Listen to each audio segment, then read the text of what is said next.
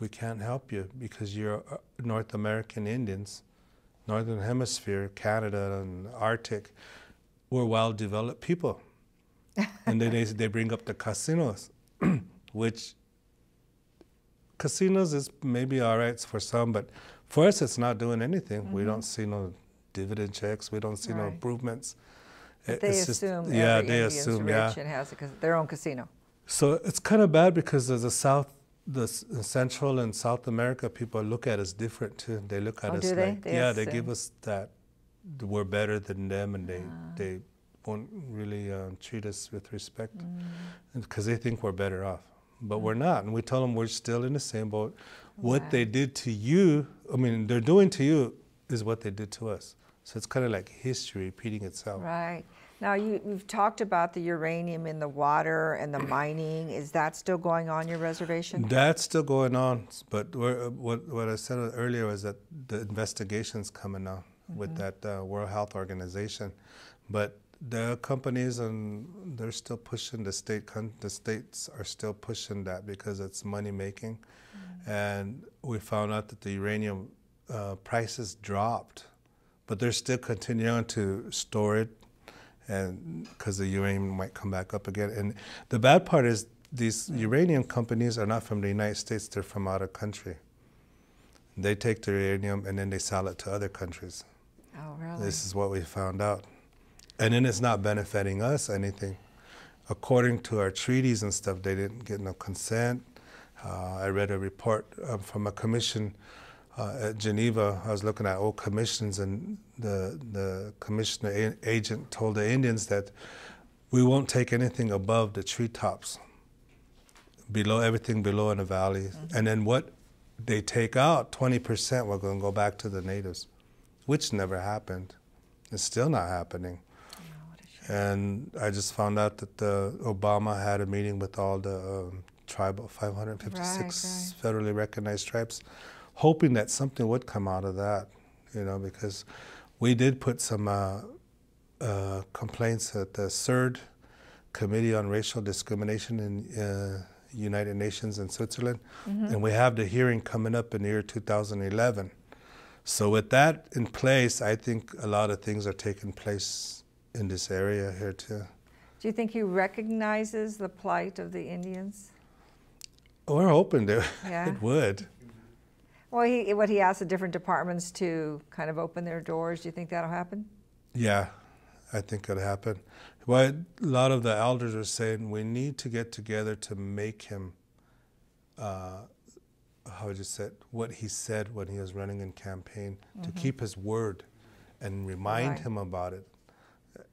He's the only president that we see that is willing to work with our people. That's true. That's the first time they've ever done anything like that. Any president, even recognizing that Native people exist. Yeah. Well, we had like 3-4 presidential visits before. Clinton and I can't remember, but I know we had Khrushchev one time back in the 50s from Russia. He came, and then we had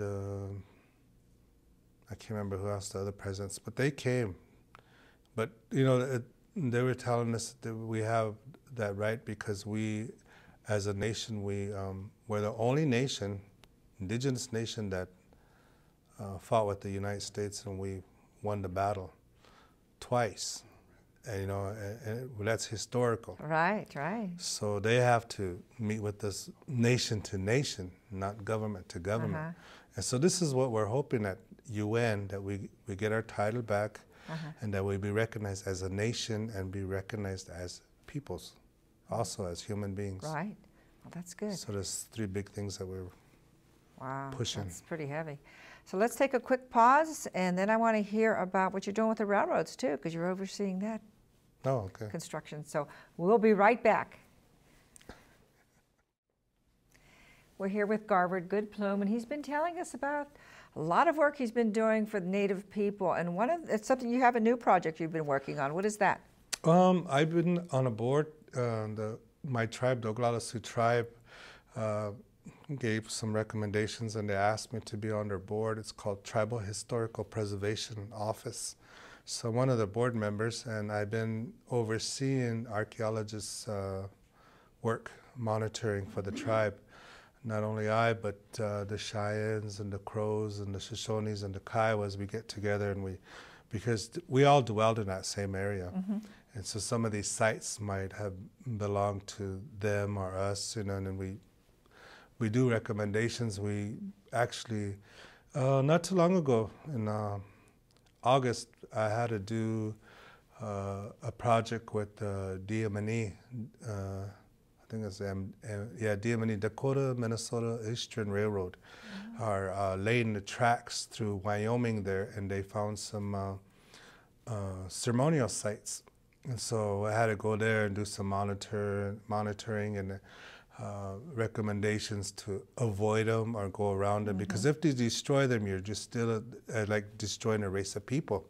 And these are landmarks and these are historical prayer sites that were there. And they said we weren't there over 100 years, but well, we could have still been there if we weren't forced on reservations. Because the whole eastern part of Wyoming was Lakota country, up on the Bozeman Trail, up into Montana, where our tribe stopped the government a couple of times. We burned down a couple of those forts. They gave it up, and then they made another treaty, and then it just goes on and on as you read history. And we're still making history on that because they're taking all our resources. And if you look at it, all Indigenous people like the Shoshone, Western Shoshones are going through the same thing, different other tribes. And what's happening is we're making this country rich with native resource. And some of that resource should come back to us. Absolutely. And a lot of our old people used to say, when I get the Black Hills, and there's still that promise, hoping that they will get the Black Hills. Not the money, we're not selling the Black Hills, it's the mineral rights that they promised that they would give to us, and they never did.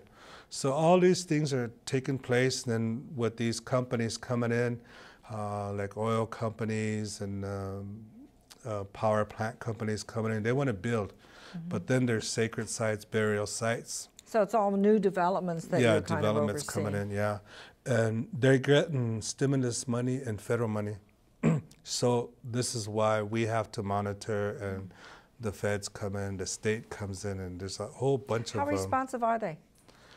Well, right now we're all in a working process now, and we're hoping to come to a place of a meeting yet, but we're still putting in recommendations to see where we're going to be at.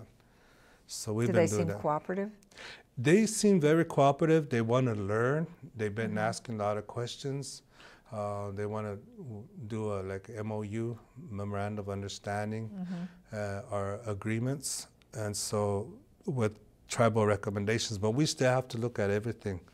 Really look at it piece by piece, not just overlook anything, because a lot of these places are really very important places for us. So these companies will have to respect that. So they've been respecting it so far, so it's good. We work with the BLM too, Bureau of Land Management, and all these other companies that been asking, except for one company we're really fighting with is called Power Tech. They're just very uncooperative with the state. It's just really a battle there. So do they buy the land? Do they eminent domain? They just expand on what they have? How do they? Some they're trying to use eminent domain on the ranchers, because the ranchers are for us too, and they don't want to give up their lands.